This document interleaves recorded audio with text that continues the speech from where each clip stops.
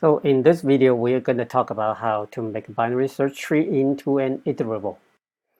So iterable, we've done it before in linked list. And for any data structure, really, we often have to iterate through all the data in the data structure, right? And remember, it's so useful to do. Python actually has a standard way of making any class into an iterable if the class defines the dunder iter method and the dunder next method. Now, the dunder next method could be optional. You don't need it if you actually define the dunder iter as a generator.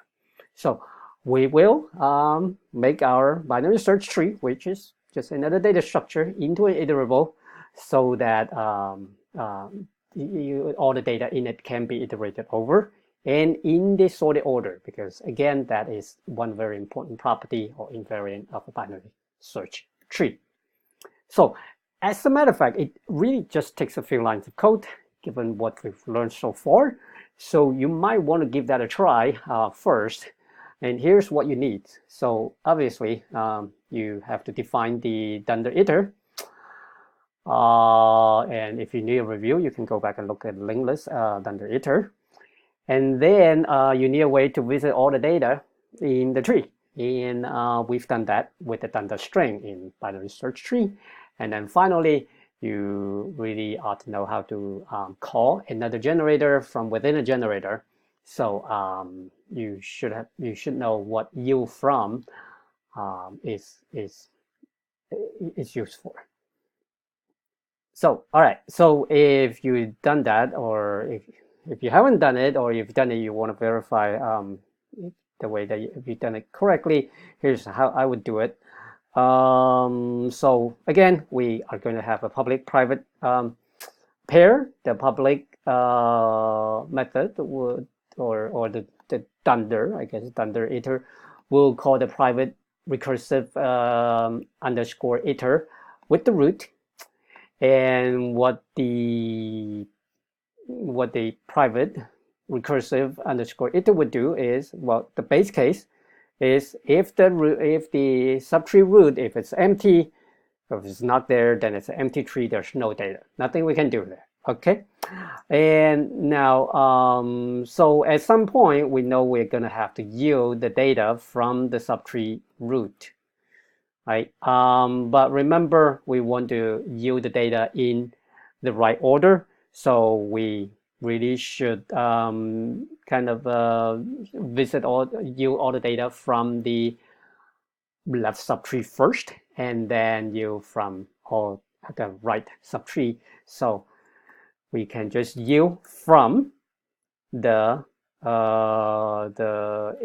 iter of the left subtree of our subtree root, so left child,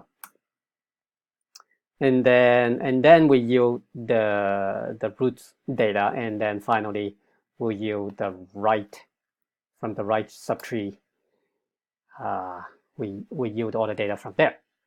So, and that's it.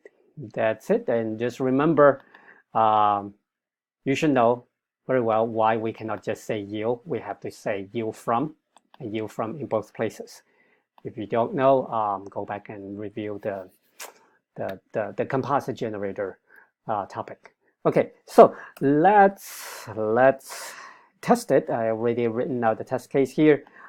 Here I'm setting up the tree slightly differently. I just have a list of data, and then I insert all the data from the list into the binary search tree, and then I do the list comprehension, which will iterate through the BST. So that would call our dunder iter and fetch all the data out from the tree in the right order, hopefully, and it builds a list of everything from our binary search tree, and then I compare what's from the tree with what's in this list of data. Now, remember, everything in the binary search tree is sorted, so that's why I have to sort this list of data here as well. So if I run this, and there we go. It looks like our iterator is doing the right thing. Now, obviously, there should be other test cases, such as if the tree is empty, we really should test that the tree doesn't yield any data.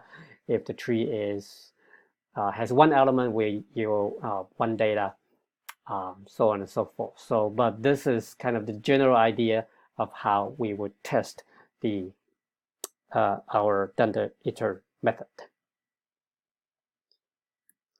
Okay, I think that's all these slides are trying to say. So your turn. Now that we have an iterator, and so what is it good for? Well, it's actually good for a lot of things. So can you write a simple line of code that would actually use the fact that binary search tree is iterable to sum up all the data in the binary search tree? So that's actually extremely simple, because you can the fact that our BST is an iterable means the built-in function, Python's built-in function sum, can just sum up everything. So basically, I sum up everything in the BST tree, and I sum up everything in the list of data here, and I assert that they're the same, and hopefully they are the same, and they are the same. So we're good there. And then another exercise that I know we've already written done the string, but now that we have a binary tree that's iterable, we can very easily write a version of dunder string that is kind of having the flat view of all the data in the tree. So give that a try. So here is how I would write a dunder string using the iterable. And so it's basically just, again, I'm iterating through the tree itself. For all the data, I'm turning that data into a string, and I put all the strings in a list, and then I use the string join method to join all of them together. So if you run the same test that we had before, now we're back to the flat view of the entire tree.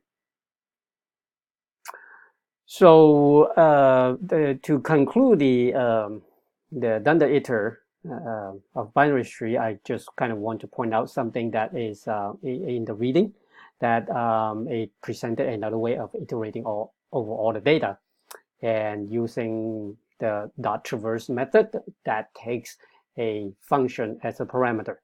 So the idea is traverse would basically visit all the nodes or all the data in the nodes, and then it would just apply this function, and remember the function is supplied by the client code, so it can be an arbitrary function. So it can apply that function to the node or the data.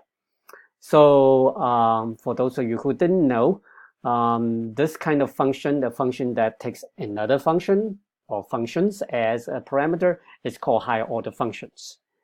Okay, so the reason I'm not doing that here is that if you look at traverse, it's actually much less flexible than the iter, the way that we did it.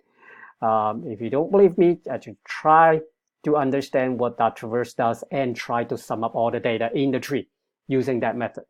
You know how easy it is using dunder init, but if you try to do that with dot traverse, it's possible, but it's either very complicated or it kind of involves something like using a global variable, which is very ugly. But anyway, the reading does talk about it, and it's a nice idea, especially as a study for higher order functions. So it's worth a read. And it's also the idea is used in other languages, such as Java.